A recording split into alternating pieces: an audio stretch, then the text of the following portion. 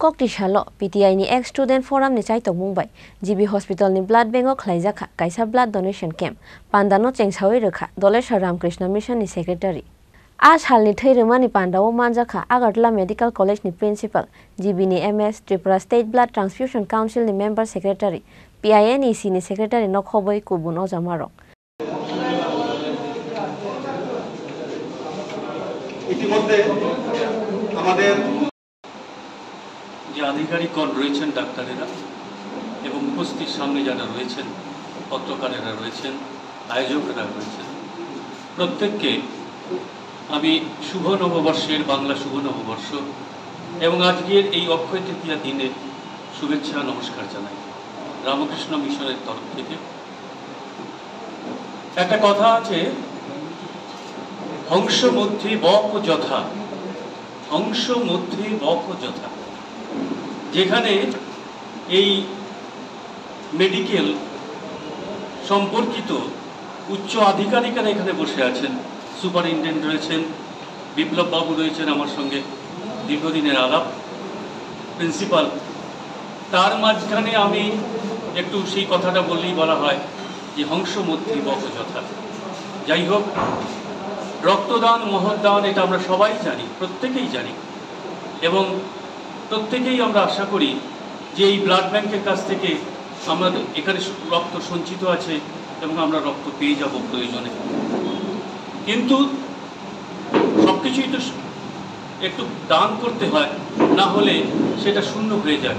এই যে ভদ্রলোক বললেন খুব সুন্দর কথা যে একজন পেশেন্ট এসেছিলেন কালকে রাত্রে, তার A+ রক্ত চাই, তো সেখানে তিনি অ্যাসুরেন্স দিয়েছেন একদম যে তিনি রক্ত দিতে পারবেন, কারণ তিনি নিজেই একজন ব্লাড ডোনার হবেন A+ গ্রুপের। তা এটা একটা সত্যি মহৎ দান যে এটা ডাক্তার সাহেব বললেন যে এটা বাজারে কিনতে পাওয়া যায় না, শুধুমাত্র আমরা যদি না দিই তাহলে এই রক্তের অভাব কখনোই মিটবে না। একটা এই প্রসঙ্গে একটা ছোট্ট করে স্বামী বিবেকানন্দের কথা বলতে চাই।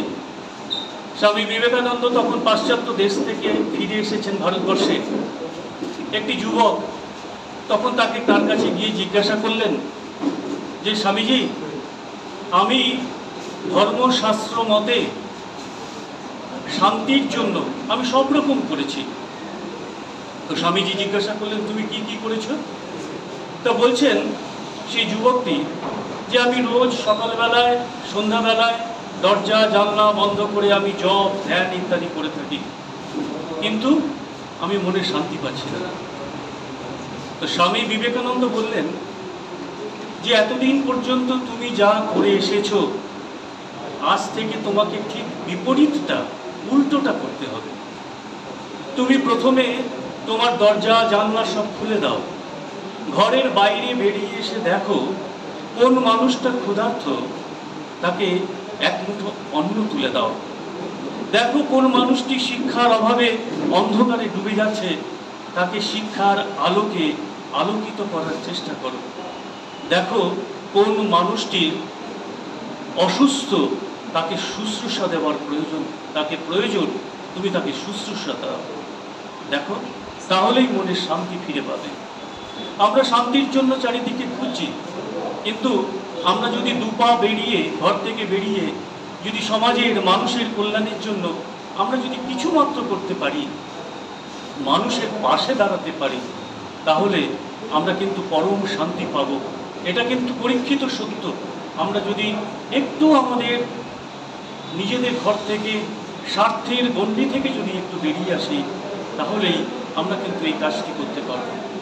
কেউ কেউ বলেন যে আমাদের কি এমন ক্ষমতা আছে যে আমরা এই সমাজের জন্য করতে পারবো?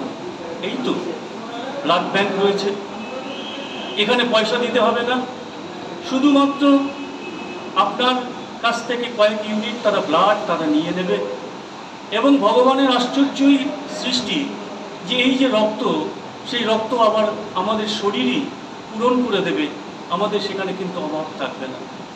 শুনেছি যে বছরে 3-4 বার রক্ত দেওয়া যায় খুব সুন্দরভাবেই।